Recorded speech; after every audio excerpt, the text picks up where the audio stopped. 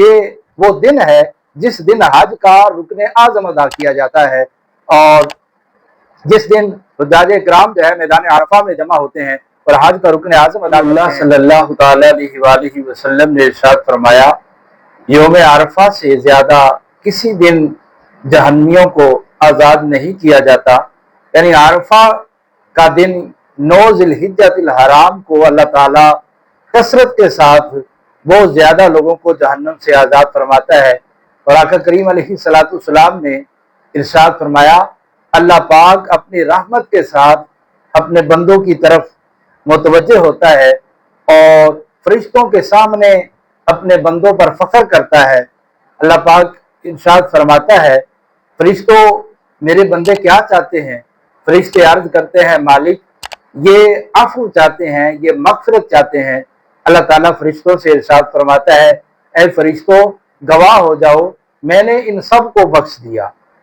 اور ان سب سے درگزر کیا، ان سب لوگوں کو میں نے معاف کیا۔ میرے آقا صلی اللہ تعالیٰ علیہ وسلم نے ارشاد فرمایا، بہترین دعا یوم عرفہ کی دعا ہے، یعنی 9 ذی الحجۃ الحرام کی دعا ہے، اور یہ وہ دن ہے جس دن حج کا رکن اعظم ادا کیا جاتا ہے، اور جس دن حجاج کرام جو ہے میدان عرفہ میں جمع ہوتے ہیں اور حج کا رکن اعظم ادا کرتے ہیں۔ میرے آقا صلی اللہ تعالیٰ علیہ وسلم عرفہ کے دن کیا دعا کیا کرتے تھے؟ آپ یہ دعا فرمایا کرتے تھے، اللہم اغفر للحاج ولمن استغفر لہ الحاج، اے اللہ حج کرنے والوں کو بخش دے اور جس کے لیے حاجی بخشش کی دعا کریں اسے بھی بخش دے۔ تو حاجی کو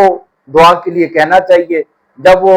حج کے سفر کے لیے جا رہے ہوں اس وقت بھی آپ دعا کے لیے کہیں، جب وہ میدان عرفہ میں موجود ہوں آپ کال کے ذریعے واٹس ایپ کے ذریعے جو ہے وہ ان تک یہ پیغام پہنچائیں اور اپنے لیے جو ہے وہ دعاؤں کے لیے ضرور کہیں۔ اور یہ اتنا فضیلت والا دن ہے کہ اس دن کے روزہ رکھنے کی کیا فضیلت ہے۔ اعلیٰ حضرت علیہ رحمہ فرماتے ہیں کہ نفلی روزے جتنے بھی ہیں ان میں سب سے بڑھ کر جس کا درجہ ہے اور سب سے بڑھ کر جس کی فضیلت ہے نفلی روزوں میں، وہ یوم عرفہ کے دن جو ہے روزہ رکھنے کی فضیلت ہے۔ وہ یوم عرفہ کا روزہ ہے، یعنی 9 ذی الحجۃ الحرام کا روزہ ہے۔ تو عرفہ میں حاجی کے لیے تو روزہ رکھنے کی ممانت ہے، لیکن جو حاجی نہیں ہے وہ جہاں جہاں بھی ہیں دنیا میں وہ 9 ذی الحجۃ الحرام کو روزہ رکھیں، کیونکہ 9 ذی الحجۃ الحرام کے حوالے سے احادیث میں موجود ہے کہ رسول اللہ صلی اللہ علیہ وسلم کی احادیث کا مفہوم ہے کہ